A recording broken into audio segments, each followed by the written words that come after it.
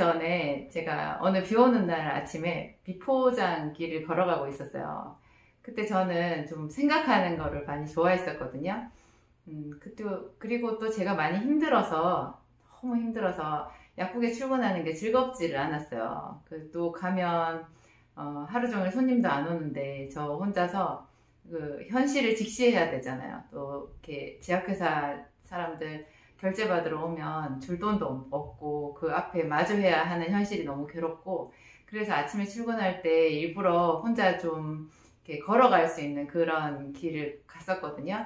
그래서 버스를 타고 지나가면 수월하게 갈 수 있는 길을 제가 일부러 조금 한적한 길로 이렇게 돌아서 걸어가는 길을 택해서 출근을 했었는데요. 진창에 빠졌어요. 그날 비가 왔는데 그 걸어가는 길에 이제 인도 한켠에 이제 포장이 안 돼가지고 이렇게 그냥 진흙이 있었던 거예요. 근데 저는 그게 그냥 좀 진흙인 줄 알았는데 알고 보니까 이게 푹 빠진 거죠. 이렇게 심하게 빠졌어요. 그래가지고 제가 그날 완전 흙수성이가 됐잖아요. 그리고 제가 그렇게 발이 푹 빠져가지고 이렇게 어쩔 줄 몰라 하고 있는데 발을 억지로 빼려고 하니까 발만 빠지고 신발은 그냥 꽂혀 있는 거예요. 아주 난감했어요. 비는 푸슬푸슬 내리죠. 우산을 들고 있을 수도 없죠. 근데 또 가끔 그곳으로 이제 차가 한 대씩 지나가는데 그 쌩 지나가는 차 앞에서 제가 얼마나 창피하고 그랬었는지 몰라요. 제가 그날 그 흙수성이가 된 옷을 입고 약국에 가서 도대체 어떻게 하루 종일 근무를 했었는지 기억은 잘 안 나요. 어쨌든 그런 일들이 있었는데요. 제가 오늘 말씀드리고자 하는 게 깨끗함과 더러움에 대한 거예요. 제가 아침에 제 나름대로는 그래도 깨끗한 옷을 입고 갔잖아요. 근데 진흙탕에 한번 빠지니까 그게 그냥 대번에 더러워지는 거죠. 그것을 어떻게 빨고 처리를 하지 않으면 그 옷은 그냥 하루 종일 제가 약국에서 일을 할 때 입을 수가 없는 그런 옷이 되는 거잖아요. 보통 우리가 그래요. 깨끗한 게 있고 더러운 게 있잖아요. 그러면 아무리 깨끗한 데가 있어도 한 가지 그 더러운 게 이쪽에 튀든지 묻든지 하면 그냥 깨끗했던 게 완전히 그냥 더러워져 버리잖아요. 그렇죠, 항상. 그러면은 우리가 우리나라 전통 그 샤머니즘에서 뭐라고 그래요? 부정탄다라는 말 많이 하잖아요. 부정탄다고. 그래서 아침에 자기가 정성을 들이기 위해서, 공을 들이기 위해서 어딜 가는데 그날 아침에 집에서 누가 자기 신경을 거스린다든지 자기를 힘들게 하면 부정탄다고 굉장히 싫어하거든요. 화를 내고. 근데 이게요, 그거는 본래 우리가 가지고 있는 평상시에 우리의 그냥 통념인데 예수 그리스도를 알게 되면 이게 완전히 바뀌어요. 무슨 말이냐면 하나님이 우리 곁에 오셨잖아요. 예수님이 우리 곁에 오셨어요. 예수님은 너무 정결하시고 가까이 가지 못할 빛 가운데 거하시는 분인데 그분이 우리처럼 육신의 몸을 입고 세상에 오셨어요. 근데 이분이요, 예수님께서 어떻게 자기 제자들과 또 병든 사람들과 함께 하셨는지 복음서 내용을 자세히 보면 이 죄와 더러움, 정결함에 대한 우리의 통념을 깨뜨리는 거예요. 왜냐하면 예수님이 가는 곳마다 그곳이 정결해져요. 예수님은 문둥병자의 손을 잡으시잖아요. 본래 문둥병자는 돌아다니면 안 돼요. 왜냐하면 문둥병자한테 스치기만 해도 우리가 더러워진다고 그렇게 모세오경에 그렇게 나와 있어요. 그래서 문둥병자가 돌아다니면 막 사람들이 돌을 던져요.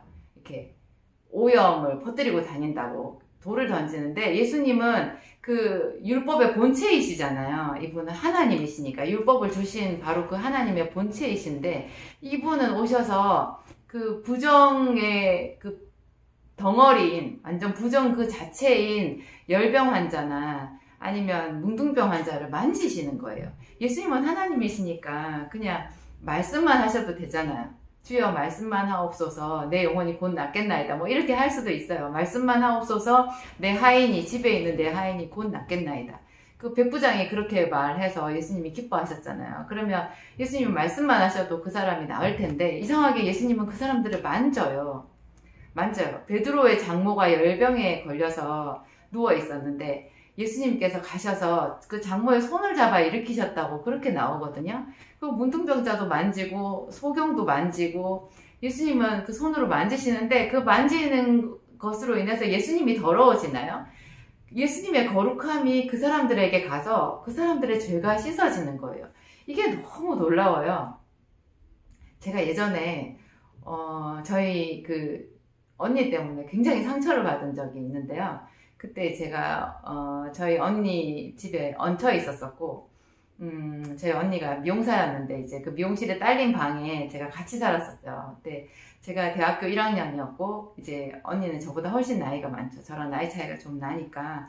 근데 뭐 언니는 엄마가 아니고 언니니까 자기 할 일이 있고, 언니가 돈을 벌지만 그걸로 제 학비를 뭐 전적으로 대주고 이러는 건 아니잖아요. 그래서 저는 매일매일 제 학비에 대한, 제 생활비에 대한 짐이 있었고, 앞으로 내가 어떻게 살아갈지 모든 것이 불확실했어요. 그래서 제가 또 적성에도 맞지 않는 약대를 들어가가지고 너무 힘들어갖고, 그게 막 특히 더 제 마음을 짓누르는 그런 때가 있었거든요. 그 1학년 어느 맘 때.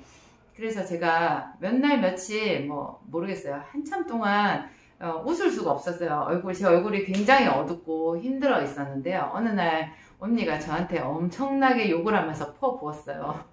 퍼부었어요. 언니가 저한테 퍼붓는 요지는 그 뜻은 뭐냐면 너 때문에 내가 받은 은혜 다 까먹는다는 거였어요.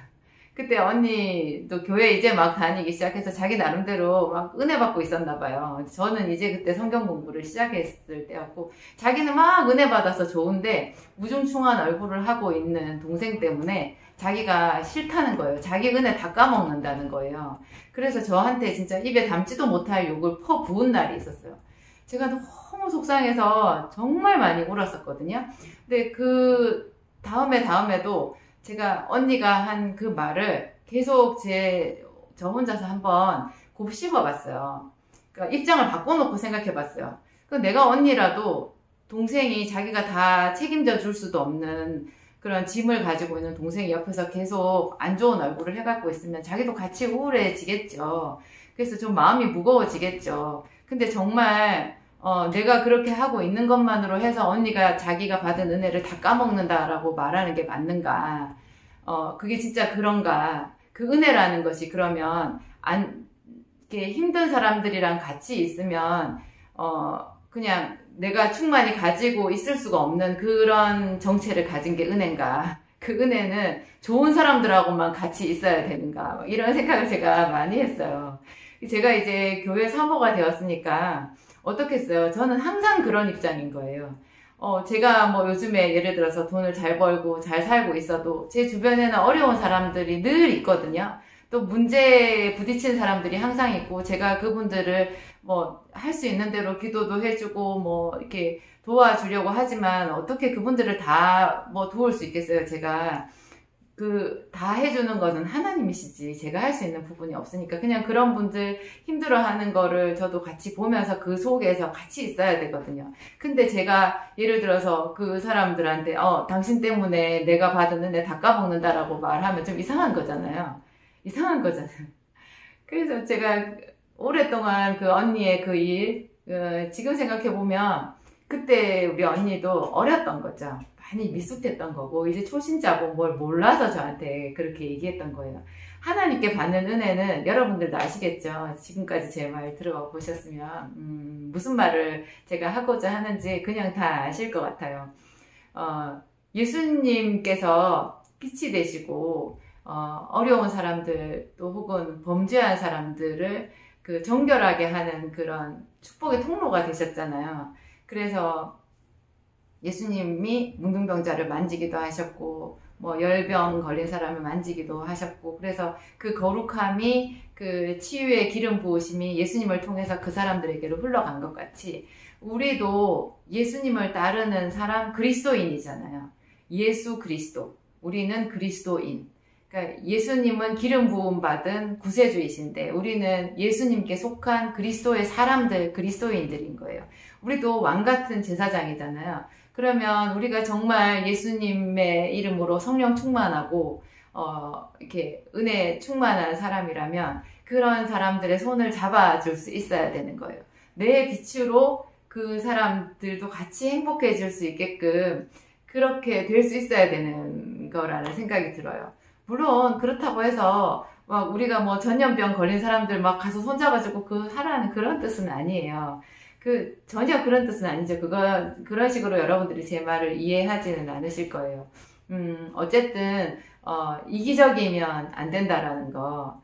우리가 다른 사람의 짐을 져줄 때 오히려 하나님이 우리에게 더 큰 은혜를 주시고, 더 큰 힘을 주시고, 더 큰 기름 부으심으로 우리를, 이렇게 채워주신다라는 그런 원리를 여러분들에게 말씀드리고 싶은 거예요.